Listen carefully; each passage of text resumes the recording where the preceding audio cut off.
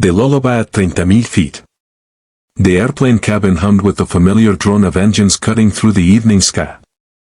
Soft overhead lights cast a warm glow across the first-class section, where cream-colored leather seats offered a sanctuary of comfort above the clouds. Outside the oval windows, the sun was setting, painting the horizon in shades of amber and rose.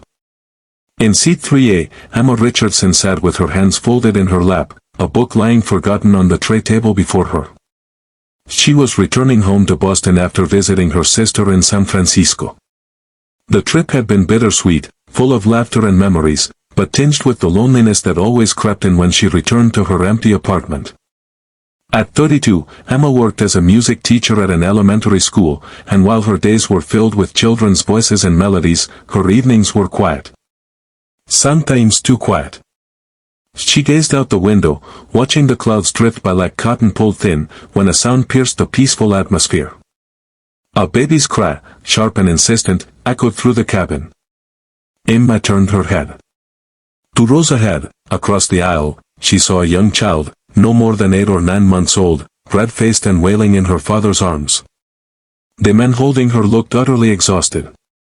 His dark hair was slightly disheveled, his dress shirt wrinkled at the collar. He bounced the baby gently, whispering soothing words that went unheard beneath the child's distressed cries. A flight attendant approached, offering a bottle and a sympathetic smile, but the baby turned her face away, only crying harder. The man's shoulders sagged. Emma could see the defeat in his posture, the weight of helplessness that comes when you cannot comfort someone you love. Other passengers began to stir. A businessman in seat 2C pulled out noise-canceling headphones. A woman behind Emma sighed audibly. The crying continued, growing more desperate with each passing moment.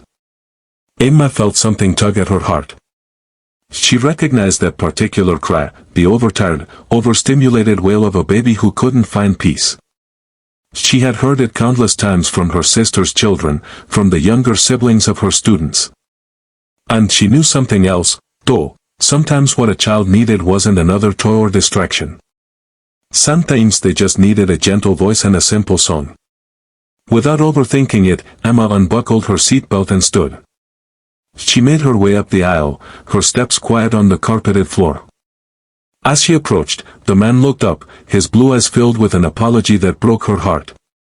"I'm so sorry," he said, his voice rough with exhaustion. "She won't stop. Ibe tried everything." Emma smiled softly. "May I?" she asked, gesturing toward the baby. The man hesitated for only a moment before nodding.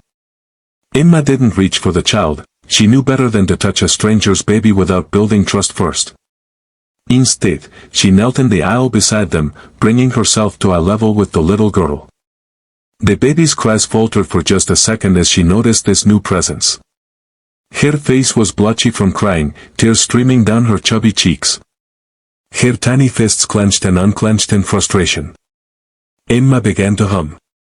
Low and gentle, a melody that had no name but felt as old as time itself. She swayed slightly, letting her voice carry over the sound of the engines. The baby's crying didn't stop immediately, but it changed, became less frantic, more questioning. Then Emma began to sing, her voice soft and clear. "Hush now, little one, the day is done. The stars are coming out to play. The moon will watch you through the night. And chase all the shadows away." It was a lullaby her grandmother had sung to her. Decades ago the words came back as if they'd been waiting in her heart all this time. She sang slowly, letting each phrase settle in the air like a feather falling.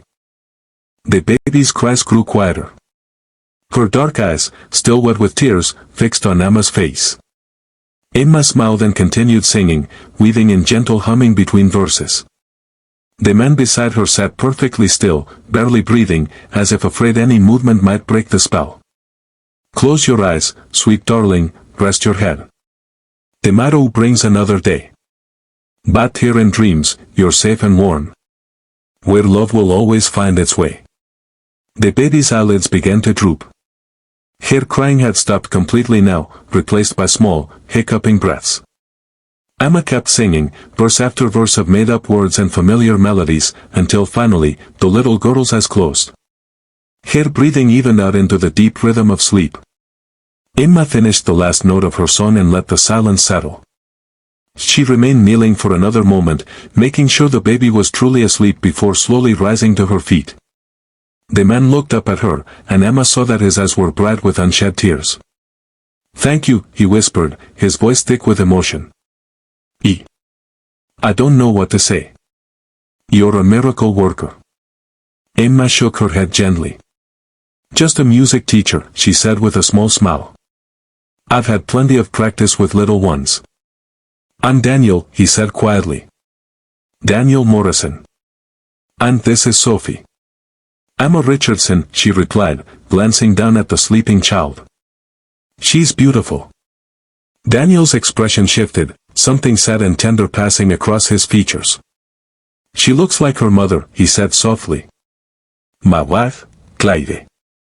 She passed away 4 months ago, cancer." Emma's heart clenched. "I'm so sorry," she said, and mended with every fiber of her being. Daniel nodded, looking down at his sleeping daughter. "This is our first trip without her. Claire's parents wanted to meet Sophie, to spend time with her. He thought I could handle it, but..." He trailed off, shaking his head. "Sophie's been crying for the last hour, and I didn't know what to do." Claire always knew what to do. Emma reached out and gently touched his shoulder. "You're doing better than you think," she said. "Being here, trying, loving her, that's what matters." They talked quietly for a few more minutes. Daniel explained that he ran a technology company, that work had been his refuge in the months since Claire's death, but that Sophie needed more than he sometimes knew how to give. Emma shared stories about teaching, about the power of music and routine in children's lives. She found herself writing her phone number on a napkin, offering to send him some lullabies and songs that might help with bedtime. As Emma returned to her seat, the cabin felt different somehow. Warmer. The other passengers had relaxed, some smiling at her as she passed. She settled back into 3A and looked out the window again. The sun had fully set now, and stars were beginning to appear in the darkening sky. 3 weeks later, Emma received a call from an unknown number. When she answered, Daniel's voice came through, hesitant but hopeful. "I wanted to thank her properly," he said. "Perhaps over coffee?" Sophie had been sleeping better since Emma sent those song files. And, if Emma was willing, he would love to hear more stories about teaching music. Emma said yes. Because sometimes, she realized, the smallest acts of kindness, a gentle song, a moment of compassion at 30,000 feet, could change everything. Not because of money or status, but because of something far more valuable, human connection, offered freely from one heart to another. And as Emma hung up the phone, she smiled. The quiet of her apartment didn't feel quite so empty anymore.